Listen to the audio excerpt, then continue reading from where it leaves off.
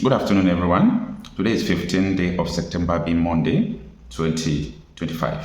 Let's talk about legalizing terrorism in Nigeria. Lately, we have seen that terrorism has been legalized in Nigeria. And if anybody tells you that the war against terrorism will be won one day in Nigeria, the person is dreaming. The person don't understand what insecurity is. The person don't understand the system that is keeping insecurity in Nigeria going. Now, about 3 weeks ago, or that is 2 weeks ago, there is an attack that happened in Kastina Mosque. You all heard about the news where 30 Muslims were killed in the mosque. So we tried to do some findings. Why? We discovered that many, imam from that place were asking them, why have you people not arrested all these bandits? They were trying to talk against the terrorism in that area. That was, the reason why they carried out the attack that killed 30 people. But that is not the problem. When I saw this news that bandits leader allegedly behind killing of over 30 persons in Kastina Mosque attends peace meeting in Faskari, I want you to understand this. This man that was accused of killing 30 people is now on a peace meeting being supervised by DSS and by the military. Now, let me digress a little. I remember that was last year, not this year, last year. I was talking to one of my friends from Gambia, Senegambia. So he was telling me that if you want to become a citizen of Nigeria, that is very easy for him. I said, what do you mean? He said there are some of his brothers who are in Nigeria that they have passport, they have everything. I said, what do you mean? If you come to Nigeria, I think there are some years you will stay. If you don't have families here, up to 15 years before you can have Nigerian passport, something like that. He said, no. That if he comes into Nigeria, it's matter of joining the band gang, terrorize a little, carry gun, and later submit to the authority that you want to repent. That is all. I say, you don't mean it. He said, even that is a difficult one to do. That without even carrying gun, that he have his people in Nigeria, he can come to Nigeria and just go and do passports. I smile.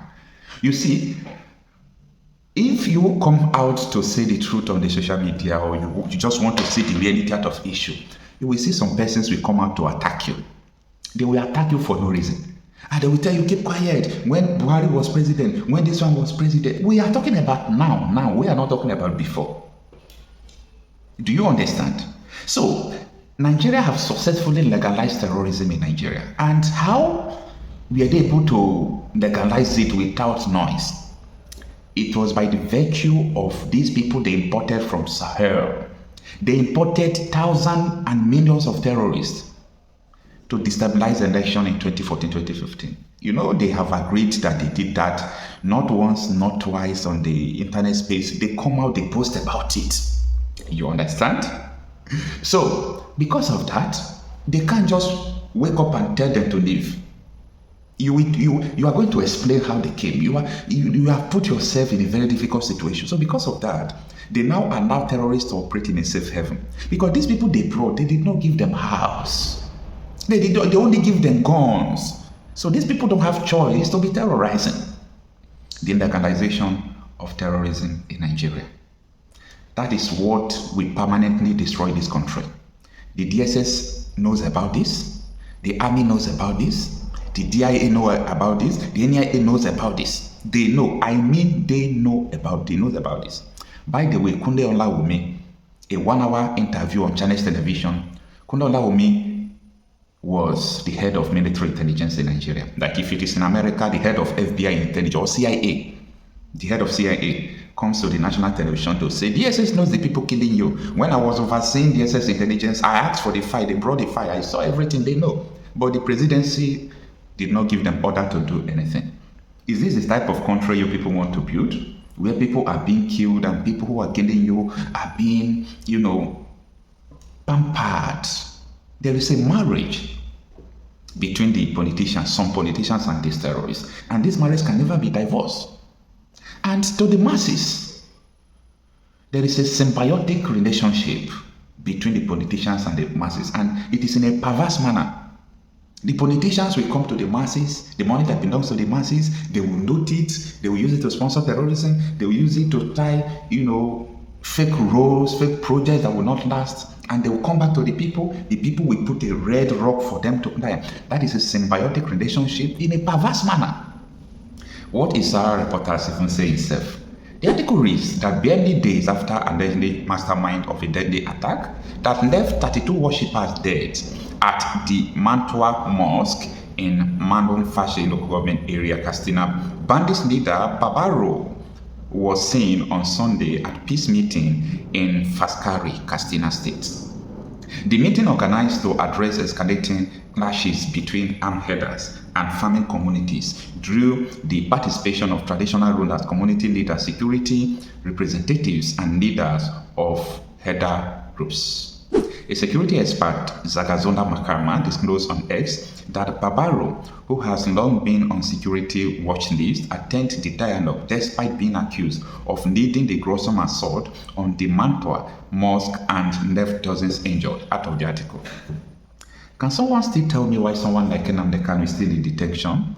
He's been tried after 10 years and no court has found him guilty. Appeal court has discharged him, 2 federal high court has discharged him, and federal government is still holding him in detention. Why people who are constantly killing are being pampered, are being paid, are being negotiated with for them to continue to terrorize without killing people? If this is the definition of the whole insecurity and security in Nigeria, I do not want to belong to a society like this. And I'm sure that no sane person wants to belong to a society like this. Our fathers have lost their voice. Our clergies have lost their voice. The imams who want to talk are being killed. Pastors are not talking. Everybody is waiting to go to heaven, whereas the air that God has given to you is real. Where do we go from here? This is terrible. It's so terrible. Now, the article continues. It reads that his ability to appear unchanged at the high-level peace dialogue has raised serious questions about the state of security and governance in the region. Not only in the region, I refuse. It's the same thing all over Nigeria, including the southeast. Politicians sponsor insecurity everywhere. And we are in so-called democratic region, where politicians control the police and the security architecture, both the army. So the army, even the CDS, don't have say, because with one call, he will be removed.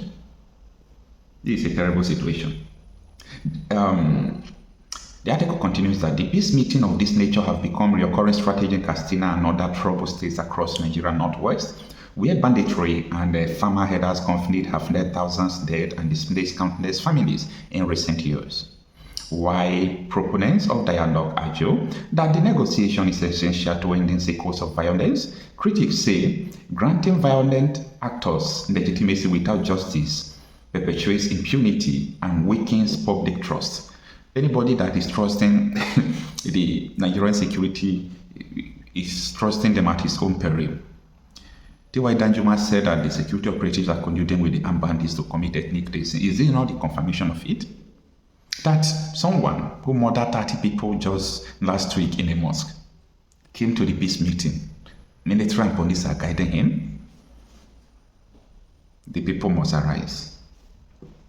Now, why proponents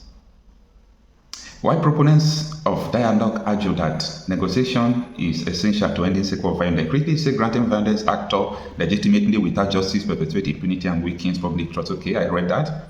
This is in that article. It says, as of Sunday evening, there was no official statement from Kastina state authorities regarding Ado Andero, Isia, Kwashen, Garwa, and Babaro's presence at the meeting, or whether they remain wanted in connection with the killings and kidnapping in the state. However, for many in Kastina, the incident has deepened fears that justice for the victims of the massacre may never be served, even as leaders continue to pursue fragile peace efforts in the region. The end of the article.